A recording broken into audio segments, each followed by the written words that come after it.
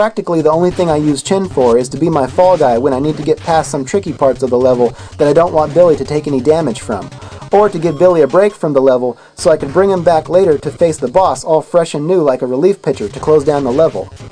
Speaking of which, when we beat the Japan level and get the second stone, our old bag Haruku comes up to us and says, get this, "It can now be told that I have always had the third stone."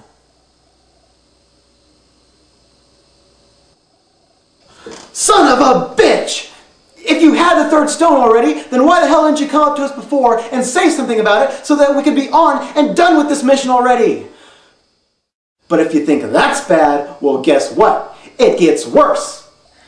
Even though we have everything we need and we're now fully ready to go to Egypt to find Marion, this bag wants us to go to Italy and fight a bunch of hard-ass people there just to practice.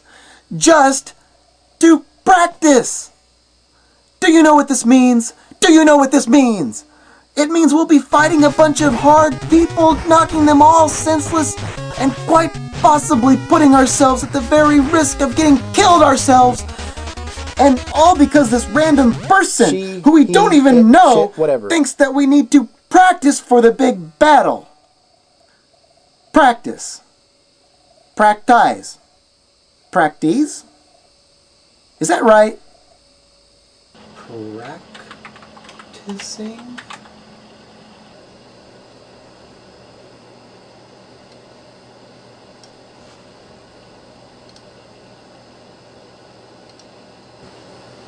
No! It's not right! Goddamn bag can't even spell the very thing that she wants us to do! I don't get it. How the fuck? I mean, what the heck? I mean, I don't...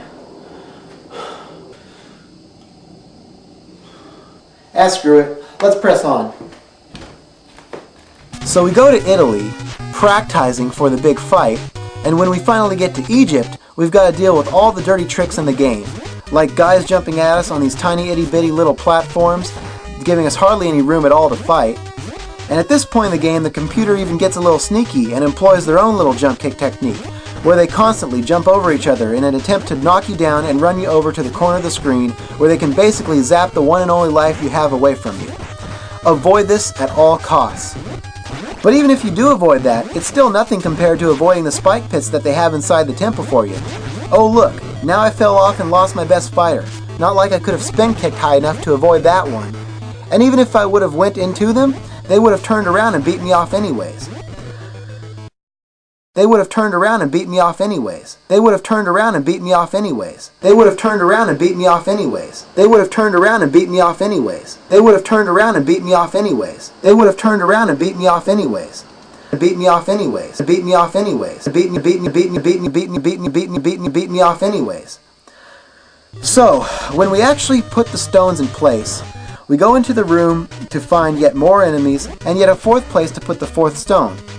Only this time, when the stone is put into place, it's then that we find that Haruku is actually the bad guy that our friend Brett tried to warn us about. Ooh, like we all couldn't see that one coming. I guess the only redeeming quality in this is that the annoying old bag gets her scheme backfired and dies. Great, one less bad guy to try to take over the world. Yay, like we haven't killed 100,000 of them in this adventure already. Then, the next screen tells us what happened. Blah blah blah blah blah. Apparently, if a person walks through that last door carrying less than all 4 stones, they get turned into dust. But hey, wait a minute. Didn't we have to use the previous 3 stones to enter that room with the single stone door in the first place? So apparently we couldn't enter that room because we couldn't take the stones with us in the first place. Oh well, someone had to take the fall, so better that it be that useless Haruku than her boy Billy, who took a fall anyways on account of the sheer horridness of this game.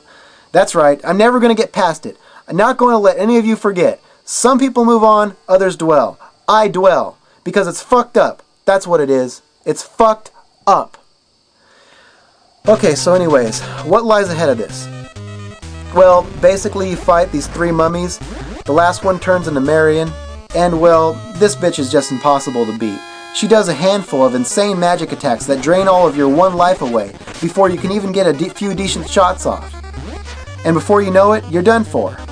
I've only beat this game a handful of times, maybe 3 or 4 max, and there's not really much to look forward to in the end. Marion wakes up, she gets unpossessed, she doesn't remember a thing that happens. You never learn what was done to her in the first place, who did it, why, or by what means that doing so would have granted them possible world domination. You basically leave the game in a state of cluelessness that's no less than the one in which you begin, which is by my standards a failure in the art of storytelling. So there you have it, Double Dragon 3 in a nutshell. But now for the bigger question, why have I spent so much time and energy covering it, a video game that I quite obviously dislike? Well, you see, because as sucky as a game as Double Dragon 3 was, it still holds a special place in my heart. You see, at the time I got it, I was 9, and my mind was still very impressionable, and I wasn't mature enough at the time to understand why I liked things, so instead of looking at things with a critical eye and being really connected to them, I just liked these kind of things because I was jumping on the bandwagon.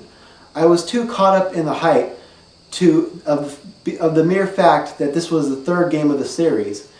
And so instead of being able to realize how much this game really sucked from the start, it instead resulted in this moment from my childhood that I'm really deeply sorry and embarrassed about.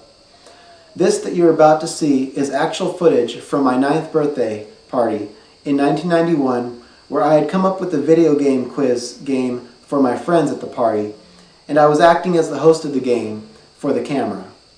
And, well, take a look yourself.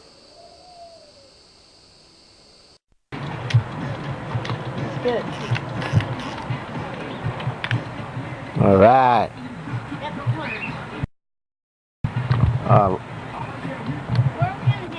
All right, I got the Is that your clubhouse?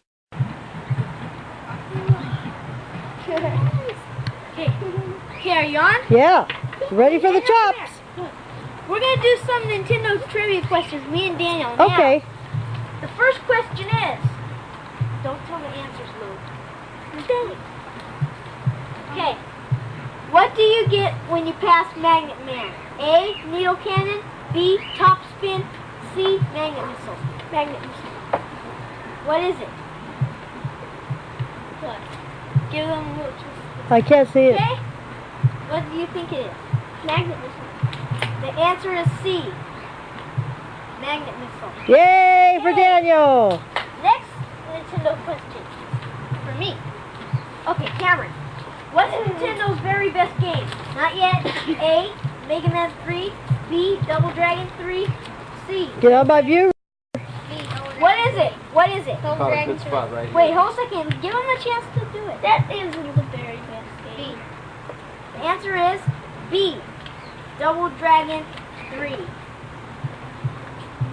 Next Nintendo trivia question. Hey, Kay, this one's for Louie. Get over here. And again, that was footage from my 9th birthday party.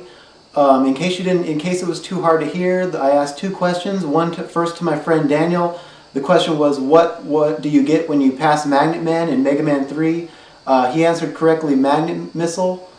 And the second question was to my friend Cameron, who you saw playing video games with me in the opening to this video when I featured Double Dragon 2, the little brief documentary in the very first opening minute. I asked him the question, what is Nintendo's very best game? The possible answers were Mega Man 3, Double Dragon 3, and Double Dragon 2. And he answered what I thought was the correct answer. It was a subjective question, but he answered Double Dragon 3. You know, looking back on it now, either one of those first 2, or the number 1 and number 3, would have probably been a better answer, but the question itself is subjective. And the fact that I paired a subjective question with a subjective answer with one that was more factual ahead of it, I mean, that just shows a lack of maturity then. But you can't really fault me. I mean, you know, I think that looking back on it now, if anyone to make that mistake with, I mean, obviously I should feel sorry and I would apologize normally for the person who I asked the question to. But in the case thankfully it was Cameron who I asked the question to, because the reason why me and him the reason why he answered Double Dragon 3 instead of something else and possibly having a little clash there is because me and him, we really liked the Double Dragon series. We identified with Billy and Jimmy Lee, possibly for still superficial reasons, but we identified with them, and we were both on the same page there. Unfortunately, it was a bad page to be on because it was stupid, but we were on the same page. So if anyone to get that answer, to be the victim of that question, it's best that it be him, because in his mind it was the best game as well. I should have listened to my friend Sean, who was in the lower left corner of that screen, and said that's not the very best game of Nintendo Entertainment System, but you know, obviously there's too much happening at once, and you know, in retrospect I know better, but back then it's what it is. And so yeah, I just want to apologize for that. You know, people grow up, people get older, and people get more wise, and now we're better capable of analyzing things and making things better, you know. I mean, I'm not the game designer, but if I had things my way, it would be better. And sometimes it's just that spirit. It's just that spirit alone and that will and desire that's worth everything, you know. Even if it doesn't take effect, even if these game designers who make these terrible games never ever improve, you know, it's just something. It means something that each of us as individuals, you know, are conscious of the difference between a good game and a bad game, and good qualities and bad qualities. And that's what I'm committed to, whether it's in video games or anything that I do in life. I'm committed to make things completely worthwhile and as much worth doing as possible. And that's what these video projects are about, and that's what my life is about in general. So with that, I leave you with that, and thanks for watching. Hope you like this documentary / comedy bit. Bye.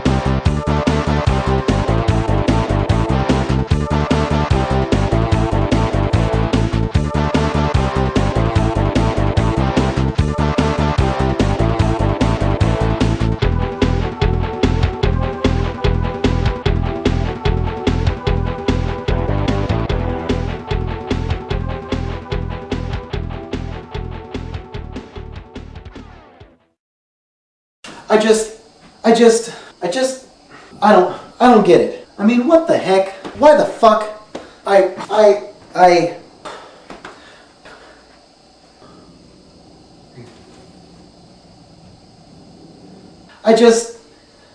wash my hands of this game. Yeah.